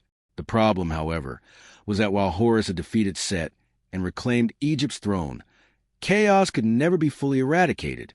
The forces of Isfet, Set's counterpart, still lingered in the corners of existence. This meant that Horus's victory was not the end of his journey, but the beginning of an even greater responsibility. One of the immediate challenges that Horus faced after taking the throne was the need to heal the wounds that Set had inflicted upon the land and the people. Egypt, under Set's rule, had been plunged into a time of uncertainty, with crops failing, the Nile's flooding becoming erratic, and the peace that once defined the kingdom now nothing more than a distant memory. The people had lived under the oppressive weight of Set's chaos for far too long, and now they looked to Horus for salvation. His rule had to restore both the physical and spiritual well-being of Egypt. It was not just about defeating Set. It was about the restoration of balance on all levels. The floods of the Nile, which were the lifeblood of Egypt, had been disrupted during Set's reign. The very cycles of nature seemed to be out of alignment. As Horus took his place on the throne, he realized that to heal the land, he had to restore the rhythms of nature that had been thrown off balance. The flooding of the Nile was a symbol of Osiris's power and his connection to the land of Egypt, and without it, life could not thrive. Horus, having inherited his father's wisdom and strength, sought the guidance of Isis, his mother, whose knowledge of magic and the divine arts was unparalleled. Through her wisdom, Horus was able to perform the sacred rituals necessary to summon the return of the Nile's flooding, bringing prosperity back to Egypt. But Horus's reign was not just about physical restoration. It was also about the moral and spiritual healing of Egypt. Set's chaotic rule had instilled fear and violence in the hearts of people, and now Horus had to restore their faith in the divine order. The Egyptians believed that their rulers were the earthly representatives of the gods, and as their ruler, Horus had to embody the virtues of Osiris. This was not an easy task, for Horus had inherited not only the nobility of his father, but also the warrior spirit that defined his role as a god of war and justice. Horus's reign would have to balance these two opposing forces, the divine peace of Osiris and the warrior mentality that had been passed down through his bloodline. As Horus sought to restore balance and renew Egypt, he also had to confront the remnants of Set's influence that still lingered in the divine realm. The gods, who had witnessed the struggle between Horus and Set, were divided in their allegiance. Some supported Horus, recognizing him as the rightful ruler of Egypt and the one who had restored order to the world. Others, however, were still drawn to Set's chaos and his vision of a world where destruction and change were the primary forces. These divisions among the gods were not easily resolved, and Horus had to navigate the delicate politics of the divine realm, seeking to bring the gods together under a unified banner of peace and renewal. At the same time, Horus's relationship with the earthly rulers of Egypt, the pharaohs, would be crucial in ensuring the success of his reign. The pharaohs, as divine representatives on earth, had the responsibility of upholding the principles of Maat, just as Horus did in the heavens. The first pharaoh to reign after Horus's victory was not only a political leader, but also a spiritual one, embodying the divine justice that Horus had restored. The relationship between Horus and the pharaohs would be one of mutual support. Horus would guide the pharaohs in maintaining divine order, while the pharaohs would ensure that Egypt remained prosperous and aligned with the divine will. The divine restoration of Maat, however, was not something that could be achieved through force alone. The gods, having been involved in the cosmic struggle between Horus and Set, were not fully at peace with one another.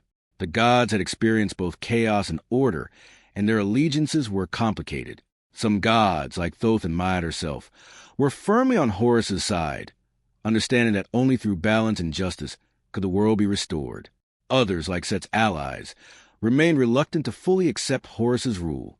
Horus, as a ruler of both the divine and mortal realms, had to maintain the delicate balance between these conflicting divine forces. This was no easy feat, for the gods themselves were deeply divided, and the politics of the heavens were just as fraught as the politics of Egypt. Horus's reign, despite the restoration of peace, was thus a reign of constant vigilance. He had defeated Set and restored Maat, but the forces of chaos and destruction could never be fully eradicated.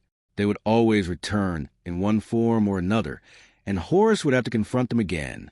This eternal struggle between chaos and order, life and death, was woven into the fabric of the universe, and Horus understood that his victory over Set was only one chapter in a much larger, ongoing story. The gods, as powerful as they were still bound by the same cosmic forces that governed all of creation. Horus's reign, though one of peace and prosperity, would be defined by his ability to maintain that peace in the face of eternal uncertainty. For Horus, this task was not just about securing his place as the ruler of Egypt, but about ensuring that the world would continue to operate according to the divine laws that governed all existence.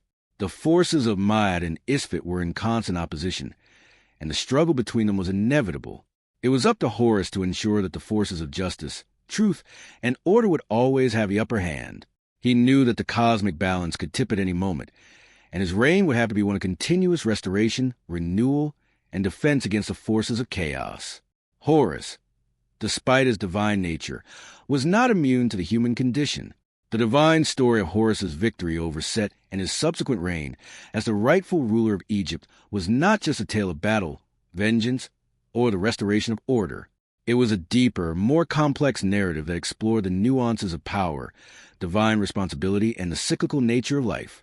Horus, now ascended to the throne, was not merely a warrior god who would avenge his father, Osiris, but also a symbol of resilience, renewal, and the ongoing effort to maintain balance in a world constantly teetering between order and chaos. While the defeat of Set brought a momentary sense of peace, it also highlighted the intricate relationships between gods, humans, and the forces that govern both realms. Horus's reign was not destined to be one of effortless peace, nor could he expect to be free of challenges. Even with Set vanquished and peace momentarily restored, the forces of chaos never truly vanished. They simply went into hiding, waiting for the right moment to reemerge. In this sense, Horus's role was not just to rule Egypt, but to constantly fight against the ever-present threat of disruption.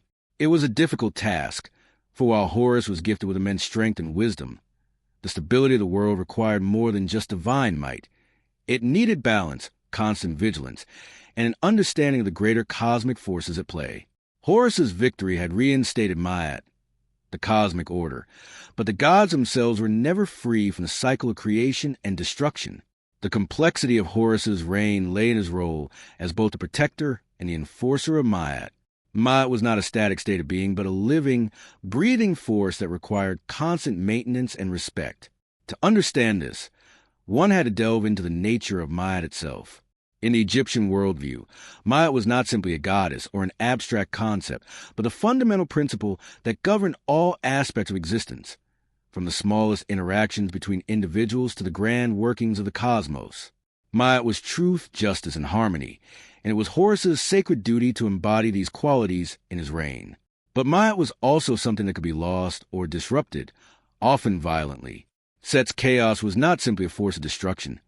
It was a disturbance of Ma'at, a threat to the divine order and the balance of life itself. Now, as ruler, Horus had to hold the reins of Ma'at, not only ensuring that it remained intact, but also restoring it where it had been compromised. His struggle was not over. It had only just begun. His father, Osiris, had been the symbol of life, fertility, and rebirth, embodying the aspects of Ma'at related to creation. But Horus was tasked with maintaining the balance between creation and destruction, between order and chaos, and this required an entirely different kind of wisdom and strength. Where Osiris had been a god of fertility and life, Horus was a god of war and justice, a warrior who upheld the cosmic laws that Osiris had once nurtured. To ensure Egypt's survival, Horus would need to carry the weight of both roles, the role of the creator and the role of protector of Ma'at. The responsibility placed on Horus's shoulders was immense. The cycle of life and death, creation and destruction, was one that the gods had lived by for millennia. But in Horus's time, this cycle had been disrupted by Set's reign. His victory over Set was not just a physical battle. It was a reinstatement of cosmic harmony, the restoration of Ma'at. But harmony, as Horus would soon realize, was not something that could be taken for granted. The natural world required not only creation, but also destruction. Both forces were necessary to the continuation of life. Horus, as the new ruler, needed to navigate this delicate balance, ensuring that neither force would tip the scales too far in one direction. As Horus ruled, he encountered not only the remnants of Set's followers, but also the tension between the various gods of Egypt, each of whom had their own visions for the world. Some of the gods were naturally inclined toward chaos, as Set had been, and they were not easily swayed by Horus's vision of order. They believed that destruction was just as important as creation, that without destruction, life could not be renewed. Horus, however, understood that unchecked destruction could lead to the end of everything. There had to be a way to control chaos and harness it for the greater good. This was where his wisdom, inherited from both his mother, Isis, and his father, Osiris, came into play. Isis had long been known as the goddess of wisdom, magic, and healing, and her teachings were essential in helping Horus navigate the complexities of his reign. Osiris, though dead, was not absent from his son's life. His legacy and the principles he had established were the foundation of Horus's reign, providing a moral compass that guided his every decision. As Horus worked to restore Ma'at and ensure Egypt's continued prosperity, he was not just a king or divine ruler. He was a symbol of the eternal struggle between order and chaos, the embodiment of the forces that shaped the world. The gods, the earth, and the heavens themselves relied on his leadership to maintain the divine balance. Yet, Horus understood that the balance of the universe was always in flux. While Set's defeat had restored order, it had not eradicated chaos. The world was a constant cycle of birth, death, and rebirth, and for that cycle to continue, there needed to be a guardian, someone who could guide the people of Egypt through the trials of life and death, creation and destruction. Horus was a god who had the ability to fight the forces of chaos and restore order, but he was also the god who would one day fall into death, as his father had. The Egyptians, who believed that their kings were divine figures, understood that the pharaohs were the earthly representatives of Horus. The pharaohs, just as Horus had, bore the responsibility of ensuring the continuation of Ma'at, the divine order, for the people of Egypt. The reign of Horus was a reminder that the gods were always present, watching over them and guiding them through the cycles of life. The pharaohs, as Horus's earthly avatars, had the duty to keep Egypt in harmony with the gods. In this sense, Horus's reign became the model for kingship in Egypt, a divine example of how to rule justly, protect the people, and maintain the sacred balance between creation and destruction. The story of Horus was one that transcended mere kingship. It was a divine mandate to protect and uphold the cosmic order.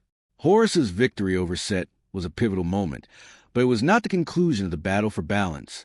The gods, the pharaohs, and the people of Egypt all played a part in maintaining the harmony of the universe. The reign of Horus was a constant reminder of the delicate nature of this balance, and his victory over Set ensured that Egypt would continue to thrive, at least for a time. But even Horus, with all his wisdom and power, was not immune to the cycles of life and death. His reign was a testament to the eternal struggle between order and chaos, the cosmic battle that shaped the very existence of the world. In his efforts to restore Egypt and uphold Ma'at, Horus also had to contend with the delicate balance between the gods themselves. As the protector of Ma'at, Horus was constantly negotiating the relationships between the divine forces that sought to influence the world. The gods of Egypt were not a monolithic group. Each deity had their own personality, their own agenda, and their own vision for the world. Some gods, like Thoth, the god of wisdom, and Ma'at, the goddess of justice, stood firmly by Horus's side. But others, like Set's followers, remained a threat to his rule, for they still believed in the necessity of chaos. These conflicts among the gods were not merely theological. They had real consequences for the people of Egypt. The divine realm mirrored the earthly one, and the struggles between gods had a direct impact on the stability of the kingdom. Horus's victory was not just about defeating Set. It was about navigating this complex web of divine relationships and ensuring that Ma'at remained in place. The gods were not mere spectators in Horus's reign. They were active participants, and their allegiances would shift as time passed. Horus had to balance not only the forces of nature but the forces of the divine realm, maintaining his authority over the gods while ensuring that peace reigned in Egypt. This was the true nature of his struggle, a battle to keep the forces of chaos at bay, to restore harmony to the world, and fulfill his father's legacy as the protector of life, justice, and order. Horus's reign was thus an ongoing story, one of constant renewal, vigilance, and protection. His victory over Set had restored Ma'at to Egypt, but the battle between order and chaos would never truly end. The forces of destruction, though subdued, would always be present, and Horus's task was to keep them in check. The people of Egypt, the pharaohs, and the gods themselves relied on Horus to maintain the divine balance. His reign was not one of peace that could be taken for granted. It was a reign that required continual vigilance, wisdom, and strength. Horus, as the eternal protector of Ma'at, would forever embody the hope that, through justice and renewal, the forces of order could prevail over chaos. Life could continue to flourish, and balance could be restored again and again. As Horus's reign continued, and the foundations of Ma'at were solidified in Egypt, the balance between the forces of order and chaos that had so dramatically shaped the divine struggle began to shift and evolve. The defeat of Set had indeed restored a sense of peace and stability. But as Horus would learn, peace in the cosmos was never guaranteed, and the forces of chaos would always be lurking in the background, waiting for an opportunity to return. This deeper understanding of the cyclical nature of life and the cosmic laws governing the universe became a central theme in Horus's reign. The gods, for all their power and wisdom, were not immune to the natural order of the universe, and they too were bound by the principles of Ma'at and Isfet. The balance of the universe was delicate and constantly in flux, and the gods' roles in maintaining that balance were not as straightforward as they had once seemed. The gods were not passive observers, but active participants in the workings of the world, each one representing a facet of the cosmic cycle. Some gods, like Horus, represented the forces of order and renewal, while others, like Set, represented chaos and destruction. But even within these polarities, there were complexities that Horus had yet to fully grasp. One of the most profound lessons Horus learned during his reign was the understanding that the forces of order and chaos were not always opposites, nor were they easily defined. They were interdependent, each necessary to the other. Without chaos, there could be no creation. Without destruction, there could be no rebirth. Horus, as a protector of Ma'at, had to navigate this delicate balance between creation and destruction, life and death. His victory over Set had restored the order that was disrupted by the forces of chaos, but this restoration was not permanent. The universe itself was a constant cycle of birth, decay, and renewal, and Horus had to learn to accept that this cyclical nature was inevitable. It was in his relationship with other gods that Horus came to fully understand this. While Set had been the embodiment of chaos, Horus's other divine allies, like Osiris and Isis, represented the forces of creation, wisdom, and fertility. Yet, even they had been involved in the cosmic struggle for balance. Osiris had been the god of life and death, and through his death, he had initiated a cycle of rebirth that had ultimately led to Horus's victory. Isis, his mother, had been the embodiment of wisdom and magic, and her support was crucial in Horus's ultimate success. But even these gods, despite their roles in upholding Ma'at, had to acknowledge the necessity of destruction and chaos as part of the larger cosmic cycle. Horus's victory over Set was not just a defeat of chaos, but an affirmation of the principle that destruction, when properly channeled, was necessary for creation to flourish. Horus's understanding of this balance between creation and destruction became central to his rule. As a ruler, Horus had to maintain the prosperity of Egypt, but he also had to acknowledge that Egypt and the world itself was part of a larger, ever-changing cycle. The land could not always be fertile, and the people could not always prosper. There were times of drought, famine, and plague, just as there were times of abundance, peace, and stability. Horus, as a divine king, understood that these cycles were beyond his control. He could guide Egypt through the ups and downs of life, but he could not prevent the natural order from taking its course. However, Horus also realized that the role of a king was not merely to guide the people through the smooth times, but to help them endure the difficult periods. It was during these times of hardship that the true strength of a ruler would be revealed. Horus, as a god of justice and renewal, understood that the people of Egypt would look to him for guidance, not just in times of prosperity, but also in times of strife. His reign had to be one of resilience and hope, even in the face of adversity. In this way, Horus's role was not just that of a divine protector, but of a spiritual leader who would help the people of Egypt navigate the trials of life and death. The role of the pharaoh, too, had changed. The pharaoh was not simply a political ruler, but the living embodiment of Horus on earth. The pharaohs, who followed in Horus's footsteps, would inherit the same divine responsibility that Horus had upheld. The relationship between the pharaoh and the people of Egypt was one of trust and mutual respect. The pharaoh, as the earthly representative of Horus, was charged with maintaining Ma'at on earth, ensuring that the divine order was upheld in every aspect of Egyptian life. This responsibility was not an easy one, for the pharaohs had to balance the needs of the people with the demands of the gods. They were not merely rulers. They were intermediaries between the divine and the mortal realms. As Horus's reign continued, his understanding of Ma'at deepened. He realized that his role as a protector of Egypt was not just about defeating his enemies or restoring peace. It was about maintaining the delicate equilibrium that allowed life to continue. The gods had their roles. The pharaoh had his, and the people of Egypt had theirs. Each individual, whether divine or mortal, played a part in the larger cosmic order. Horus's task was to ensure that each of these parts functioned in harmony, that the forces of order and chaos, life and death, creation and destruction remained balanced. But balance, as Horus came to understand, was not always easy to achieve. The forces of chaos were ever present, and Set's followers, though defeated, still lurked in the shadows, waiting for the right moment to strike. Chaos could never be fully eradicated. It was a part of the fabric of a universe. Horus, therefore, had to learn not only to fight against chaos, but also to work with it, to harness its destructive potential for the greater good. This was the true meaning of Ma'at, not simply the absence of chaos, but the understanding that chaos, when controlled, was a vital part of the cosmic cycle. This realization led Horus to reframe his understanding of justice and order.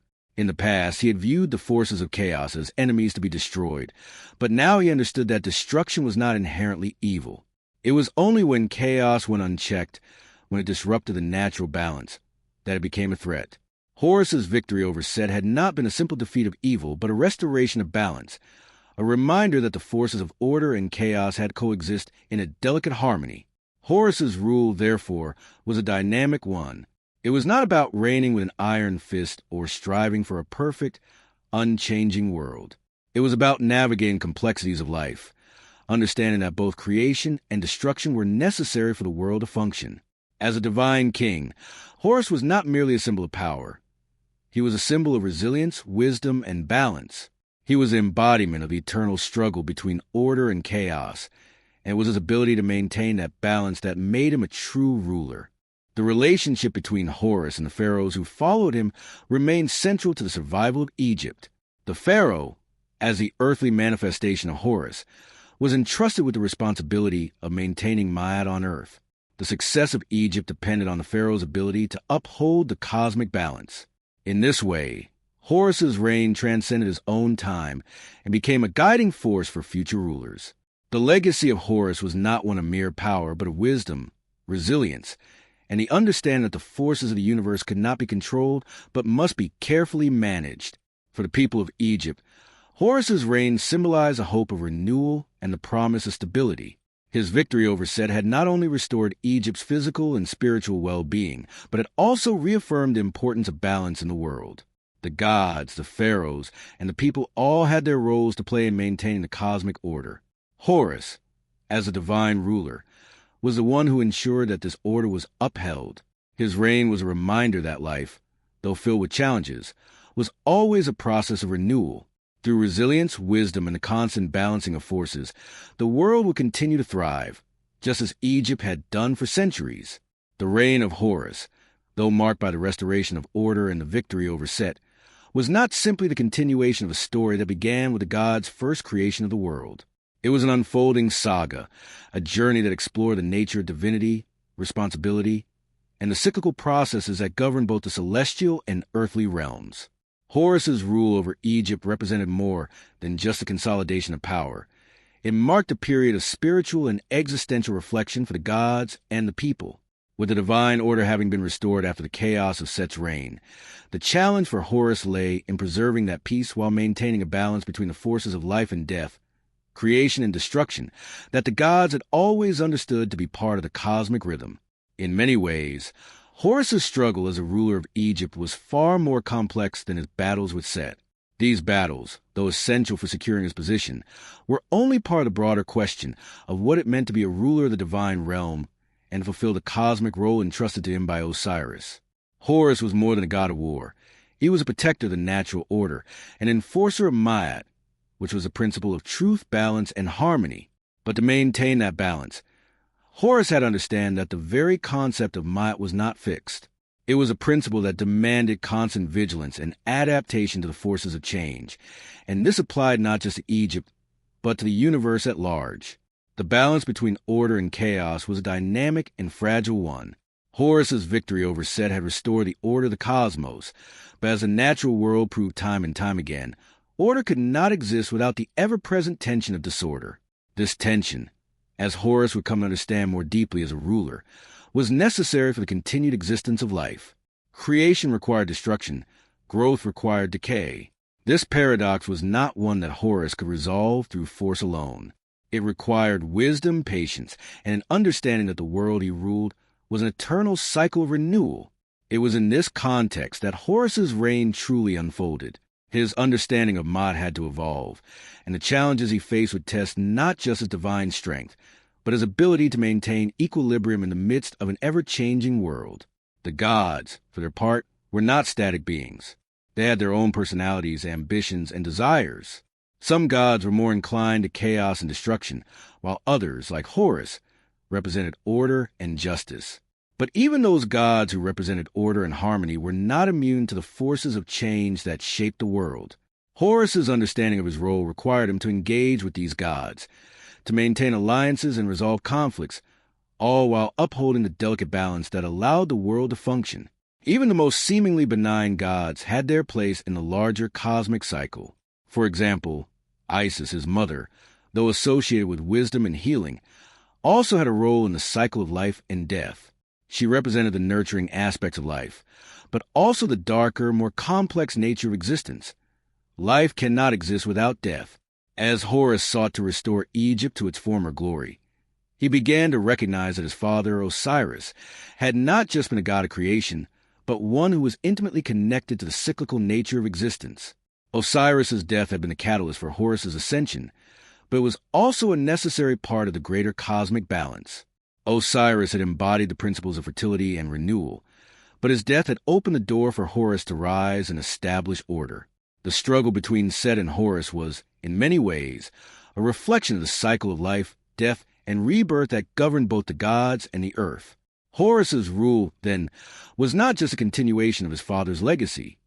It was the embodiment of the ongoing struggle between order and chaos, between creation and destruction. This struggle was eternal, and Horus's responsibility was to ensure that the balance between these forces remained intact. But it was not only the gods who had to come to terms with this eternal cycle. The people of Egypt, too, had their own understanding of life and death, order and chaos. The people of Egypt believed that their prosperity was directly tied to the divine order established by the gods. When the gods were in harmony, the land of Egypt flourished. When the gods were in conflict, the world was thrown into chaos. This belief, rooted deeply in Egyptian culture, had profound implications for Horus's role as king. As the living embodiment of Horus, the pharaoh was not just a ruler of the physical realm. They were seen as a divine intermediary between the gods and the people. The pharaoh's ability to uphold Ma'at, to maintain the balance of order and chaos, was seen as essential to the stability of the kingdom. Horus's reign thus became a model for the pharaohs who would follow him. The role of the pharaoh was to embody the divine principles of Ma'at, and to ensure that those principles were reflected in the daily life of the Egyptian people. The success of the pharaoh's reign, in this view, was directly tied to their ability to maintain harmony with the gods. The pharaoh was not merely a political leader, but a spiritual one, tasked with ensuring that the divine order continued to reign in Egypt. The pharaoh's relationship with the gods, particularly with Horus, was of paramount importance. The pharaohs were seen as the earthly representatives of Horus, and it was their duty to embody the principles of justice, balance, and renewal that Horus had established. The relationship between Horus and the pharaohs was, therefore, one of guidance and protection. Horus, as the divine protector of Egypt, ensured that the pharaohs remained aligned with the gods and upheld Ma'at. But Horus's role was not simply to ensure that the pharaohs succeeded. It was also to provide them with the wisdom and insight necessary to navigate the complexities of their reign. The pharaohs were not merely symbols of power. They were spiritual leaders who had to reflect the divine harmony in their rule. Horus, as their divine patron, provided them with the knowledge and strength to uphold this sacred duty. However, the tension between order and chaos was never fully resolved. While Horus's reign was marked by prosperity and the restoration of Ma'at, the forces of chaos were always present, lurking in the shadows. The gods who had supported Horus were not always united, and conflict among the divine beings continued to shape the course of history. Even within the realm of order, there were elements of chaos. Thoth, the god of wisdom, and Ma'at, the goddess of justice, may have been aligned with Horus, but their influence was not all-encompassing. The balance that Horus sought to establish was fragile, and the consequences of its disruption were far-reaching. The presence of Set's followers in Egypt was another reminder that the forces of chaos would not easily disappear. Set's rebellion had been part of a much larger cosmic struggle, and even though he had been defeated, his followers continued to pose a threat to Horus's reign. These factions, while not as powerful as Set, still sought to bring disorder to Egypt, and their resistance to Horus was a constant challenge. Horus had to be vigilant, not only to preserve the cosmic balance, but also to ensure that the legacy of Set's rebellion did not rise again. This was not merely a political struggle, but a spiritual one. The followers of Set represented the forces of Isfet, the opposite of Ma'at, and their resistance was a direct challenge to the divine order that Horus had worked so hard to restore. It was through these trials that Horus truly came to embody the essence of Ma'at. His victory over Set was not a final resolution to the battle between order and chaos, but a symbolic moment that marked the beginning of a never-ending struggle to maintain balance.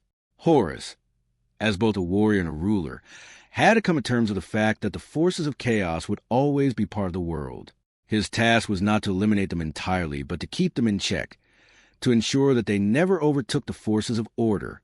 This was the essence of Horus's divine role. He was not just a warrior who fought for victory, but a god who maintained the balance between creation and destruction, life and death. Horus's rule, therefore, was not defined by the triumph of order over chaos, but by the wisdom to understand the necessity of both. His reign was a testament to the complexities of existence, where order and chaos, life and death, are constantly in flux. The role of Horus, as both a ruler and a god, was to guide the forces of Egypt through these changes, ensuring that the divine balance remained intact.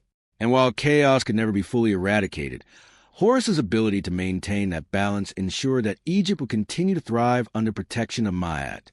His legacy, then, was not just one of victory, but one of eternal vigilance, wisdom, and the acceptance of the cycles that govern life itself. As Horus's reign continued to shape the destiny of Egypt, the responsibility that fell upon him grew even more intricate and profound. His victory over Set had restored Egypt's divine order and established him as a protector of Ma'at, the goddess of truth, justice, and balance. But what was truly at stake in Horus's reign was not only the stability of Egypt or the celestial order, it was the very concept of divine kingship and the relationship between the gods and the mortals. The path he had walked was not one of unchallenged triumph. Every decision Horus made as the rightful ruler of Egypt carried with it deep cosmic significance, as the consequences of his actions reached far beyond a mortal realm, into the heavens themselves. Horus's struggle, both in defeating Set and in maintaining Egypt's prosperity, brought into sharp focus the relationship between divine law and human kingship. As the son of Osiris, he inherited the mantle of his father's rule, but also the weight of his legacy. Osiris had been more than just the god of the afterlife. He had been the guardian of fertility, life, and rebirth. His reign had been marked by wisdom and fairness, and even his death had brought about renewal in the form of Horus. However, the transition from Osiris to Horus, from death to life, was more than a symbolic act. It was an ongoing process that had implications for how the gods would interact with Egypt and how Egypt would perceive their kings. The pharaohs, as earthly representatives of Horus, had always been seen as the mediators between the gods and the people. But Horus, as the true god-king, brought a new level of divine legitimacy to the throne. His victory over Set had marked him not just as a conqueror, but as the ultimate embodiment of divine justice and order. The concept of kingship under Horus became not just about ruling a kingdom, but about maintaining the balance of the universe. The pharaohs, as Horus's earthly avatars, were expected to embody these same principles. Their reigns were not to be seen as separate from the divine order, but as part of the ongoing cycle of life, death, and rebirth, just as Horus's own reign symbolized. Yet, this divine mandate was not without its complications. The relationship between the gods and the mortals, between the divine and the earthly, was never a simple one. Egypt's prosperity relied not only on the king's ability to uphold Ma'at, but also on the continued favor of the gods. It was not enough for Horus to have defeated Set. He had to ensure that Egypt's gods remained united and that their support was unwavering. The gods themselves were not always in agreement, and even among those who sided with Horus, there were tensions, rivalries, and different visions for the world. Thoth, the god of wisdom, and Ma'at, the goddess of truth, were steadfast allies of Horus, but they were not the only gods in the divine council. Other gods, particularly those aligned with Set, still pose a threat to the cosmic balance. Horus's relationship with his fellow gods became one of negotiation, diplomacy, and, at times, struggle. The gods were not always harmonious in their actions, and their loyalties were often tested by the same forces of chaos that had fueled Set's rebellion. The most significant challenge for Horus was not merely to defeat Set, but to ensure that the divine order, once disrupted, could be restored and maintained in the face of constant cosmic turbulence. Set's presence, even in defeat, represented the constant threat of chaos. The struggle between order and disorder was not one that could be easily resolved. It was a fundamental aspect of existence, and Horus had to navigate this reality with care. The gods, too, were complex and multifaceted. While Horus's relationship with Osiris was central to his identity, there were other gods whose influence was equally significant. Isis, his mother, was a goddess of magic and healing, and she played an instrumental role in his victory over Set. Her wisdom was essential to his growth as a leader, and her teachings helped him understand the deeper principles of divine justice. But Isis, though wise and compassionate, was also deeply connected to the forces of life and death. She understood that for life to continue, death was necessary. This was a crucial lesson for Horus, for it taught him that his victory over Set did not signify the final end to chaos. Chaos, like death, was an essential part of the cosmic cycle. Horus's understanding of this cycle became central to his rule. He came to realize that the forces of chaos, though destructive, were also agents of change and transformation. Without the potential for chaos, there could be no renewal, no growth, no progress. Horus understood that he was not meant to destroy chaos, but to manage it, to ensure that it never disrupted the cosmic order. This shift in his thinking marked a deeper understanding of Ma'at. Order, he realized, was not the absence of chaos, but the ability to control and navigate it. His role as a ruler of Egypt was not just to ensure peace, but to keep the forces of chaos in check, guiding them in a way that allowed life to flourish. As his reign progressed, Horus also began to confront the nature of his own divinity. He was not merely a king or a warrior, but a god who embodied the principles of Ma'at. His role as a divine protector meant that he was a living symbol of justice, truth, and balance. The pharaohs, as his earthly representatives, were tasked with carrying out these principles in the mortal realm. Horus's relationship with the pharaohs became a reflection of his understanding of divine kingship. The pharaohs were not just rulers, they were the guardians of Ma'at, just as Horus was in the heavens. Their role was to ensure that the laws of the gods were upheld, and that Egypt remained in harmony with the divine order.